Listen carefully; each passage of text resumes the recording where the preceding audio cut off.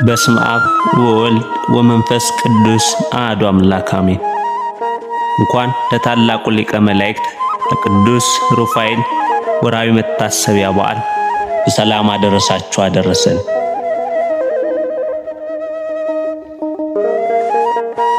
ዳር 13 ቀን በዚች ዕለት ቅዱሳን አእላፋት መላእክት መታሰቢያ በዓል ነው።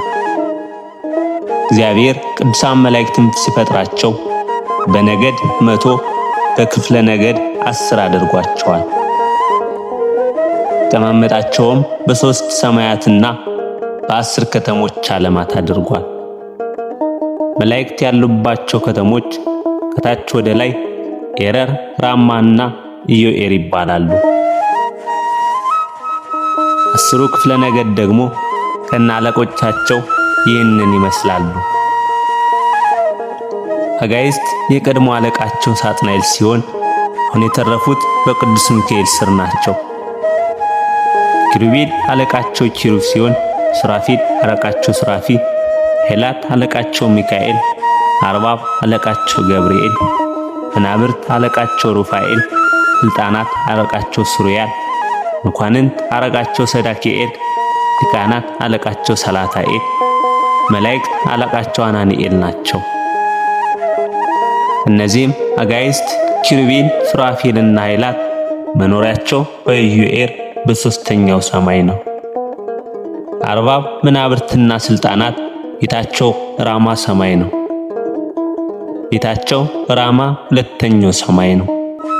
መኳንንት፣ ሊቃናትና መላእክት እነሱ ደግሞ የሚኖሩት በኤረር በ1ኛው ሰማይ ነው።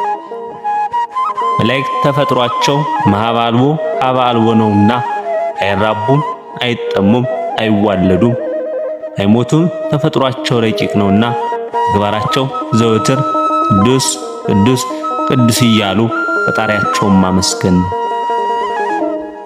ምግባቸውም ይሄ ነው። እረፍት ብሎ ነገርን አያውቁም። በተጨማሪም መልአክ ማለት ተላላኪ አገልጋይ ነውና ፈጣሪ ወደ ሰው ልጆች ለምሕረትም ለመዓትም ይላካሉ። ምሕረትን ያወርዳሉ፣ ልመናን ያሳርጋሉ። ቅጡ በሚባሉበት ሰዓትም ይቀጣሉ። ስነ ፍጥረት አራቶች ወቅቶች እንዳይዛቡ ይጠብቃሉ። ዘወትርም ስለ ሰው ልጆች ያማልዳሉ። ምስጢርን ይገልጣሉ፣ ይረዳሉ፣ ይረዳሉ። እንዳንሰናካከልም ይጠብቃሉ፣ ያድናሉ። ስግደት ይገባቸዋል። በፍርድ ቀንም ኃጥአንን ከጻድቃን ይለያሉ። በአጠቃላይ ለሰው ልጆች ሕይወትና ድህነት ሲባል ከፈጣሪያቸው የተሰጣቸውን ትእዛዝ ሲጠብቁና ፈቃዱን ሲፈጽሙ ይኖራሉ። ይህ ዕለት በሊቃውንት አንደበት አእላፍ እየተባለ ይጠራል። በሃይማኖት በተልኮትና በምስጋና የሚኖሩ 99ኙ ነገደ መላእክት በአንድ ላይ የሚከብሩበት ቀን ነው።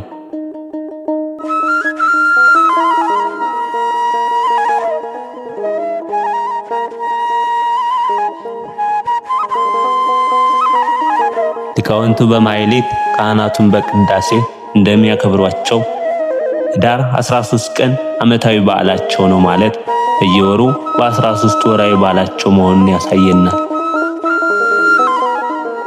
ስለዚህ ዘወትር ልናስባቸው ይገባል። ቅዱስ መጽሐፍ ቅዱሳን መላእክትን በስምና በማዕረግ እንደሚነግረን ሁሉ በማኅበር በትዕይንት አገልግሎታቸውም ይነግረናል። እዚህም ምሳሌ የሚሆነን ያዕቆብ በረጅሙ መሰላል ሲወጡና ሲወርዱ ተመልክቷል። ኤልሳዕ ለግያዝ አሳይቶታልና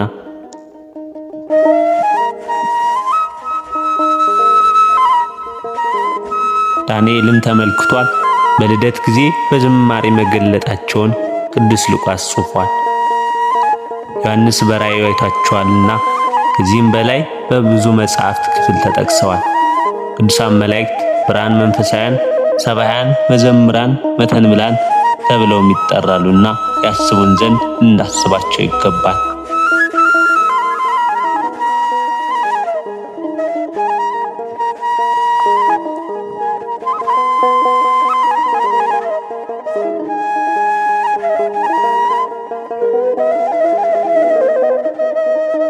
የአእላፋት መላእክት ጸሎታቸውና በረከታቸው አማላጅነታቸው ከኛ ጋር ይኑር ለዘላለም በእውነት አሜን።